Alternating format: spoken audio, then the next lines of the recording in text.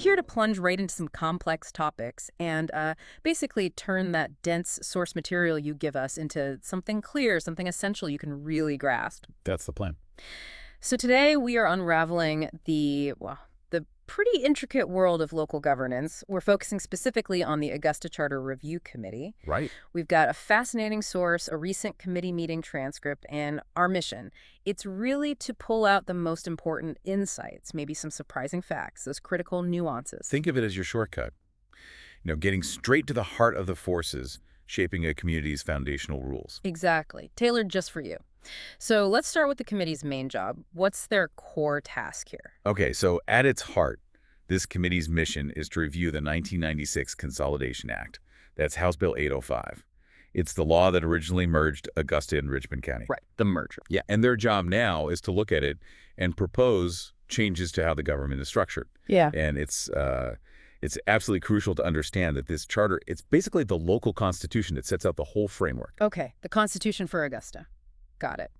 And digging right in, the first thing that really jumps out from the transcript, especially from the public comments, is this real urgency about the timeline. Oh, definitely. The Carl Vinson Institute, and they're, a really respected group for public policy, advising local governments, they apparently suggested something like 12 to 18 months for a proper review. Which sounds reasonable for something this big. It does. But what we're hearing, what the public is saying in this transcript, is that the committee might be aiming to finish this whole thing in, less than 6 or 7 months? Yeah. That seems incredibly fast. It is. It's a stark difference. And the public's take on it is pretty clear. They see this accelerated pace as, not just fast, but unfair. That's what we'd use. A disservice. A disservice. To whom? To the committee members themselves, actually. To the Carl Vinson Institute, too. But mostly a disservice to the whole community. Speakers even went so far as to call it driven by political expedience. Political expedience. Wow. So it's not just about speed, is it? It's about whether you can actually do this right, reflect what the community needs if it feels rushed for political reasons. Exactly. And that perception, it can really eat away at public trust in the whole process, the process that's supposed to serve them. Yeah, that makes sense. And adding another layer to that, there was this speaker, Ben Hassan. He basically argued that this committee isn't even an independent body. Right. He framed it as a subcommittee. A subcommittee, established by and answering to the Augusta Commission. Sure. It was really pushing the committee to go back to the commissioners and ask, what did you actually intend when you set us up? So what are the practical differences? If people see it as just a subcommittee versus as an independent group, how does that change things? Well, it's critical. If it's seen as a subcommittee, there's this implication, or at least a perception, that their recommendations might be, shall we say, less impartial, maybe more swayed by what the commission wants politically. Okay. An independent body, though, is supposed to operate more freely, more autonomy. And that usually inspires more public confidence that, the findings are based purely on solid research and community input, not just following orders. So perception really matters here. Independence, or the lack of it, could totally change how the community accepts whatever they propose in the end. Absolutely. It colors everything. Okay, that's a really interesting dynamic. To understand the current debates, though, we probably need to look back a bit, right, at Augusta's consolidation journey itself. Yes, definitely need the history. According to a former commissioner, Moses Todd, the city of Augusta was apparently in some serious financial trouble before the merger. Right. He said the county government basically had to bail them out. And he partly blamed issues with a strong mayor form of government back then. Yeah. And the big idea behind merging, what was the promise? Well, the promise was, the usual things you hear with consolidation. A more efficient, streamlined government. Saving taxpayer money was a big one. Consolidating water resources, too. Sounds good on paper. Doesn't it? But Moses Todd, he pretty bluntly called a lot of that a fairy tale. He suggested many of those promises just didn't pan out. A fairy tale? Ouch! Yeah. And adding to that, another committee member, Mr. Coleman, he worried that after consolidation, they actually ended up creating unnecessary departments in these kind of top-heavy structures. So the opposite of saving money. Exactly. Undermining that original goal. And you even see echoes of that today in the debate about the two tax districts. They still have urban and suburban. There's talk about moving to just one single millage rate to be, truly consolidated. Still working out the kinks from 1996. Yeah. But this is where the history gets even more complex, doesn't it? Because race seems to be a recurring theme. A very persistent one. Ben Hassan, the same speaker from before, he cited these almost prophetic observations from way back in a 2001 committee. 2001? What did they say? They flagged race relations as, and this is a direct quote, the most daunting obstacle facing Augusta. Said it was holding back economic growth, general advancement. That report apparently strongly urged action on race relations. Wow, over 2 decades ago. And Hassan argued those patterns continued. He did. He gave specific examples, like in 2011, an attempt by 6 white commissioners to change the personnel policy manual, basically altering the government's management style. It got hit with lawsuits and had to be walked back. Lawsuits? Yes, and Reverend James Williams actually confirmed in the meeting that he was one of the plaintiffs in that lawsuit. So it shows how deeply felt these issues were. Okay. Hassan also made the observation that serious talk about changing the charter really only picked up steam more recently, around 2020, 2021, when the commission had 6 black members and a black mayor. The timing. And then he mentioned the controversies over redistricting, where a map provided by the state based on population wasn't changed locally. And that led to some really passionate calls for parts of the community to actually secede, citing racial discontent. Secede. Goodness. So these aren't just like isolated arguments. It sounds like a deep, long-running current of racial dynamics shaping government decisions and structures there. Absolutely. It's not just about, drawing lines on a map. It's about the history and the social weight those lines carry. It's clearly woven into the fabric of these charter discussions. Okay, so moving from those big historical currents and the pressure of the timeline, let's dive into the actual charter document itself. What did the Carl Vinson Institute find inside it? You mentioned peculiarities. Right. Lori Brill from the Institute described finding, quote, interesting things that don't really follow the normal pattern for charters. Made it sound less streamlined, maybe a bit messy. Less streamlined. Messy. What does that mean in a legal document like a charter? Can you give some examples? What's so unusual? Sure. She pointed to a few things. One was what she called anticipatory language. Anticipatory. Yeah, like phrases saying, if this consolidation happens. Clearly stuff written before the merger was even final, but it's still in there. No.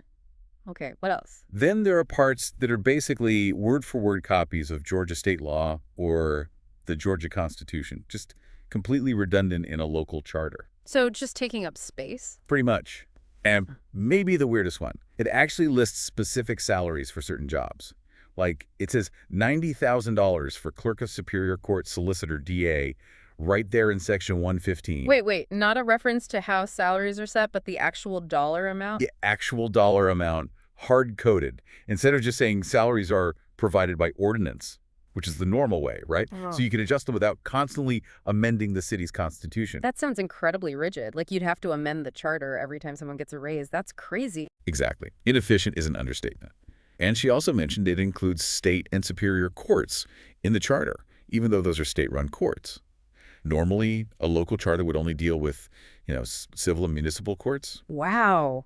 So redundancies, outdated language, hard-coded salaries, including courts that aren't even theirs. Why? I mean, why would a charter end up like this? Did Brilla have any ideas?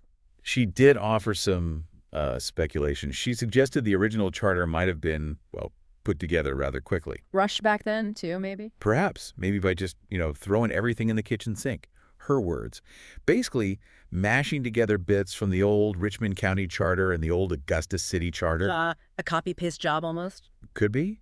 And that kind of hasty combination could easily explain the contradictions, the redundancies, the non-standard stuff we're seeing now. Imagine trying to run a modern city with a rule book that's like cobbled together from old parts, full of junk that doesn't apply anymore. Yeah, it makes the current committee's job sound even harder. You're not just tweaking. You might be dealing with a fundamentally awkward foundation. Precisely. These aren't just small administrative quirks.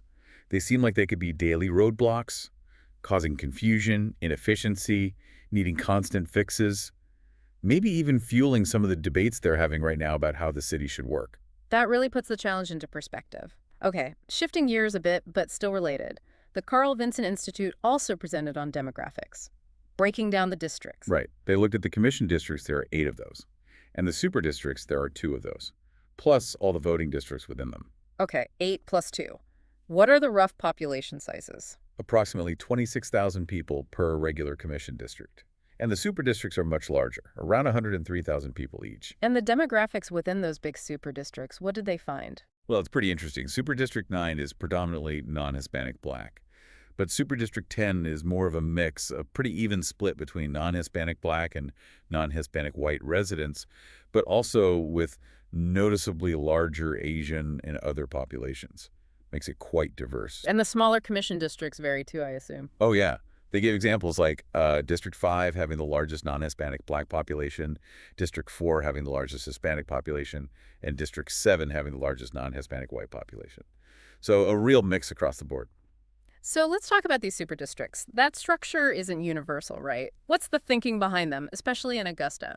Rex from the Carl Vinson Institute explained that, yeah, they are a little more common in the South. And he mentioned one reason historically was trying to balance racial opportunities in representation.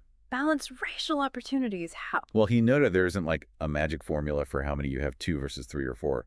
It's mostly based on math and drawing contiguous lines on a map. But Ben Hassan added some context there. What did he say? He clarified that the historical goal, especially during redistricting, was often to try and achieve racial parity on the commission, like maybe aiming for 4 black commissioners and 4 white commissioners, with the super districts helping to sort of balance the power. Ah, okay. A deliberate structural mechanism. Although he did point out that population shifts have kind of outgrown that original neat balance. But he still argued the super districts are needed today. Why? For what reason now? His argument was interesting because Augusta functions as both a city and a county that consolidated government thing. He said the super districts allow it to tap into federal money out of 2 pots. 2 pots of federal money. How does that work? It implies that having representation structured in a way that reflects both municipal and county aspects gives them broader access to different federal funding streams. And Reverend Williams added another perspective. He said having a super district basically means residents in that area have 2 commissioners looking out for them, their regular district commissioner and their super district 1, which, he suggested, encourages collaboration. So multiple layers of representation. It really makes you think, how do these structures, the districts, the super districts, how do they actually shape who gets heard and how power operates in Augusta? It's a fundamental question. What's the right balance between representing a specific neighborhood's needs and representing the interests of the entire consolidated city-county? It's not just logistics, it's philosophical. Yeah, definitely something for any community to wrestle with. Okay, another big theme that came up was checks and balances, the governmental guardrails. Right, and there seem to be different views on whether the current system has enough. Former Commissioner Moses Todd argued that yes, checks and balances do exist. What was his reasoning? He pointed to the fact that the commission needs 6 votes of majority to approve actions before the mayor can execute them. He even joked the administrator effectively has 6 bosses. 6 bosses. Yeah, that paints a picture. Sounds like a built-in check right there. He seemed to think so. And he warned strongly against removing those kinds of guardrails, citing a pretty extreme case in Bell, California, where the government apparently ignored checks and balances and went to jail. Okay, so a cautionary tale. But not everyone agreed the current system is perfect. No. A committee member, Mr. Powell, suggested that if Augusta were to move towards a stronger mayor system, then you would need additional checks and balances. Ah, so it depends on the structure you're aiming for. It sounds like there's maybe a fundamental disagreement or at least a different perspective on what sufficient checks and balances even means for Augusta. There absolutely seems to be that divergence. Todd sees the current system as having plenty, maybe even too much oversight with the 6 bosses. Powell is looking ahead, thinking if executive power centralizes, you need new counterweights. And how does this tie into the practical problems they mentioned, like all those open high-level jobs? They have an interim administrator who's been there for 3 years. Right, that came up too. Numerous vacancies, interim department heads.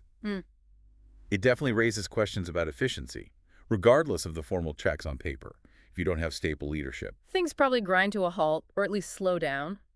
Could be.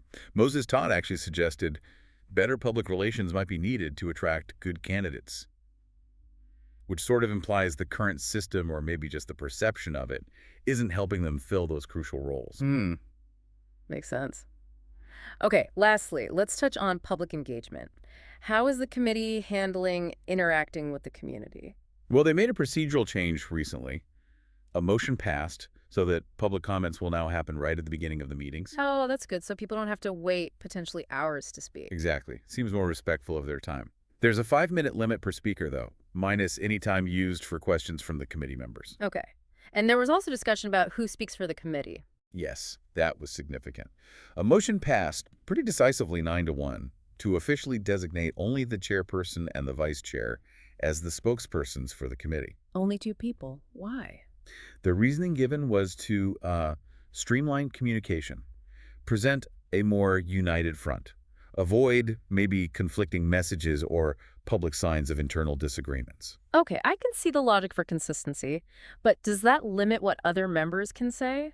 They made a point of reassuring members that it doesn't stop individuals from expressing their own personal opinions publicly, just not as the official voice of the committee.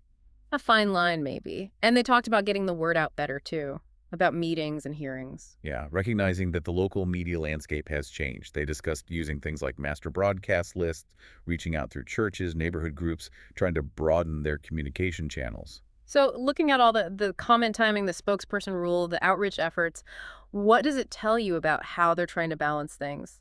Efficiency, accountability, public participation. It seems like a real tightrope walk. It really is a delicate balance. Yeah. Because clear communication is vital, right? Designating spokespersons helps with clarity, avoids confusion. But, like you said, it could also be seen as controlling the message a bit too tightly. And putting comments first is good for transparency? Definitely a positive step. Ensure citizens get heard early on. I think the big question for Augusta, ultimately, is whether these changes genuinely build deeper trust and engagement with the community, or if they accidentally create new hurdles for people trying to understand or participate fully. It's a constant balancing act in local government, isn't it? Always. So we've covered a lot of ground today. We've journeyed through the really complex layers of what's happening in Augusta, from the committee's tough job and that very tight timeline they seem to be under. Right, to the deep historical roots of the consolidation, the shadow of race relations. The surprising, sometimes frankly weird details inside the charter document itself. And how demographics and district structures play such a critical role in who gets represented. Plus, that ongoing debate about checks and balances and how the public gets to have their say, it's a lot to unpack. It really shows that something that sounds dry, like a government charter review, is actually this incredibly vibrant reflection of a community, its history, its ongoing challenges, and, its hopes for the future. It's a living thing, constantly being shaped. And for you, listening to this, what are the takeaways? Think about the implications when a fundamental government structure is seen as rushed, or when it's deeply tangled with historical tensions like race, or when the rulebook itself is just inconsistent or confusing. How can a community really move forward together if its foundational document is unclear or feels imposed or is always being argued over? Exactly.